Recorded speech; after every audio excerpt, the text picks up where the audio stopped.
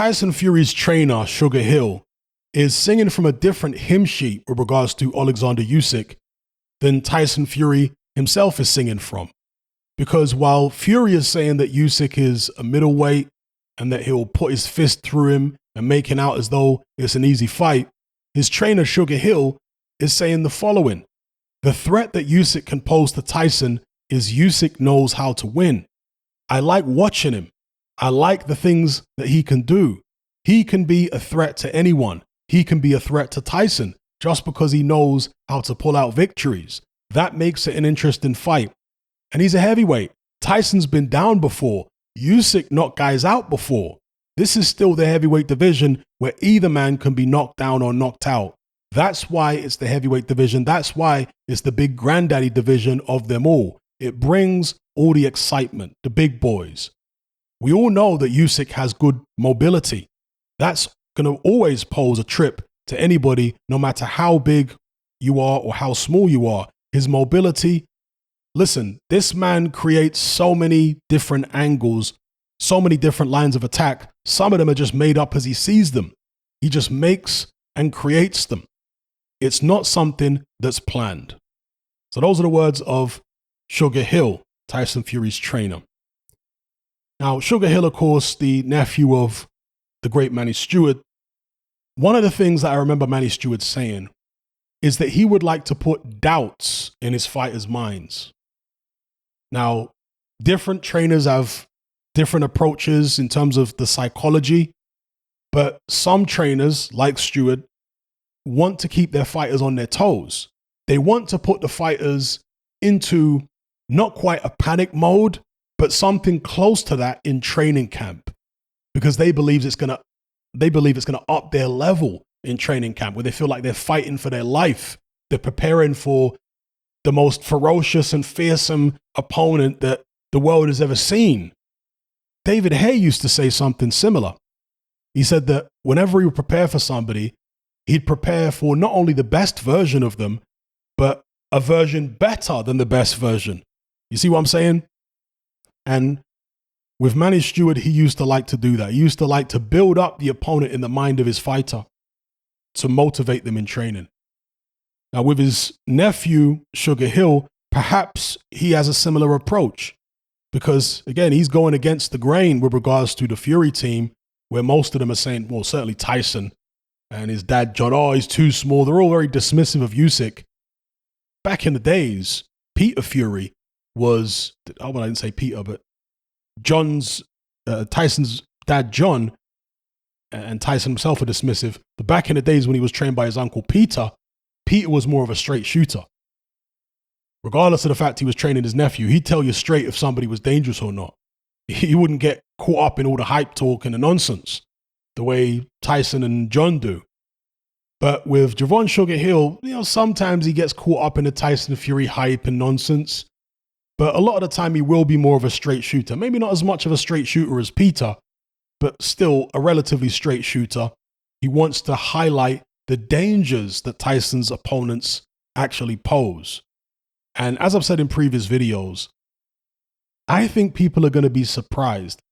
Regardless of who ends up winning the fight, I think people are going to be surprised by how clumsy Tyson Fury is made to look against Usyk. That, yeah, he can look good against a Deontay Wilder who has poor balance and who's a big guy himself, poor coordination. But when he's up against the guy with the best coordination in the business, or in the division, should I say, the best head movement, the best footwork in the division, all of a sudden Tyson Fury is not going to look so slick and not so clever. But Tyson Fury can win ugly. That's something I've said many times. So I'm glad from a Tyson Fury perspective that his trainer, Sugar Hill, is saying what he's saying and that he's being dead serious about the fight, and he's going to make sure that Tyson understands the threat that Usyk poses. Because, again, there are different personality types. Certain fighters need their confidence to be built. Certain fighters need constant reassurance. Other fighters have the opposite problem where their confidence gets so high that they get carried away with it. And they need actually bringing down a little bit because they're going to become complacent. Lennox Lewis was like that. he was a fighter who would allow his ego to get carried away, become complacent, and end up losing a fight. And of course, that's what happened when he fought Oliver McCall. He lost the fight. Years later, I didn't actually address this in the recent video where I was talking about Lennox Lewis. Years later, when he fought Hasim Ratman a second time, he didn't need all the tune-ups that he had after he lost to Oliver McCall because he was stronger mentally by then.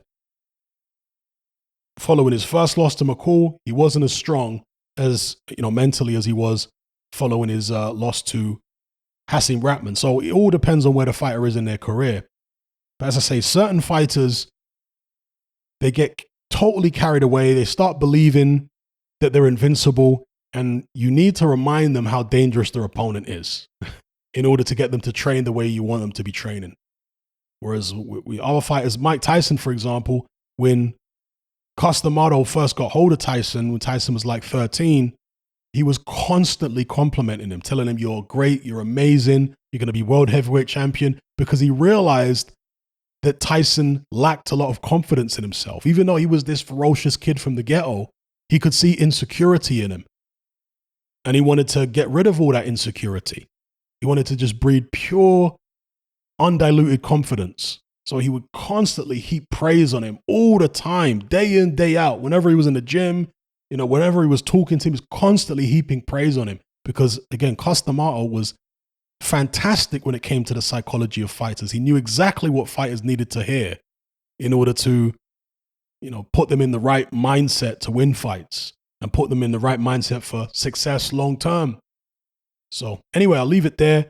You guys let me know what you think in the comments below about Sugar Hill saying what he said regarding Usyk being a threat to Tyson Fury. And obviously he was making allusions to the Steve Cunningham fight, where Steve Cunningham, only a cruiserweight, managed to drop Tyson Fury. Now, it still amazes me that people are dismissing Usyk because of his size. I saw somebody in the comments of one of my videos saying that he can't believe that AJ didn't knock Usyk out.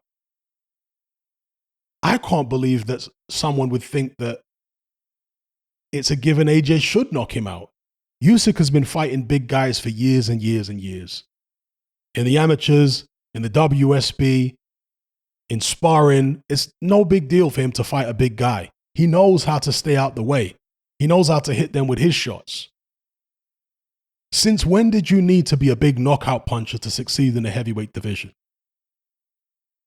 Muhammad Ali wasn't a big puncher. Mike Tyson, of course, was a huge puncher. Mike Tyson was a small heavyweight, but he wasn't a big, he was a big puncher. Muhammad Ali wasn't a big puncher, but he reigned in the 60s and in the 70s when there were much bigger punchers than him. Joe Frazier, George Foreman, Ernie Shavers, Ron Lyle, Sonny Liston, Big Cat Williams. There were loads of people that hit harder than Ali during the 60s and 70s, but he still turned out to be the man, and he stopped people. He stopped George Foreman, a guy who hits way harder than him. When Evander Holyfield became world heavyweight champion, he was never a big puncher, but he stopped guys, he dropped guys. He still had enough power to keep people honest, because if you're over 200 pounds and you're hitting someone often enough on the chin and in the face, eventually you're going to make them think, you know what, let me just back up here. That's what's going to happen. So, and with Usyk, of course, he's got such tremendous skill, footwork, head movement, feints, up and down with the hands, bending at the waist.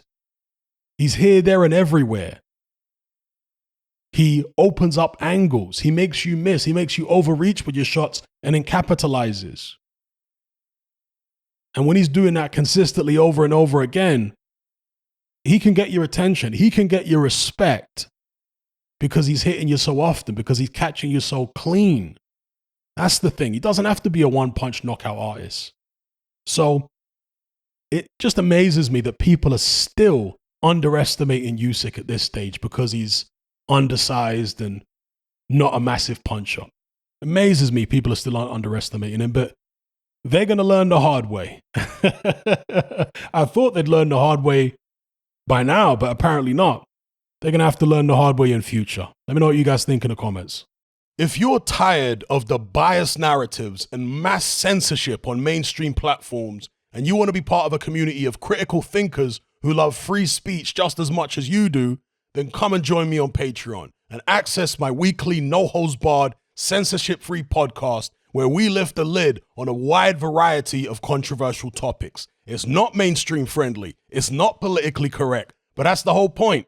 We dare to stand as a beacon of reason against an army of insanity. Just head on over to my Patreon page and select the tier called Hatman Hot Topics. You'll gain access to a minimum of 2 hours of exclusive content every single week, including podcasts, videos, interviews, live stream Q&As, as well as my popular Confessions of a Nightclub Bouncer series. Not to mention a vast back catalog of hundreds of hours of previous episodes. You can listen via the Patreon app with the option to download in high-quality MP3. We've also got an Element group where you can come and chat and hang out with myself and other members. Unlike Discord, it has full end-to-end encryption, it's decentralized, and it's 100% censorship-free. You can also send voice notes as well as much larger audio and video files than you can on Discord.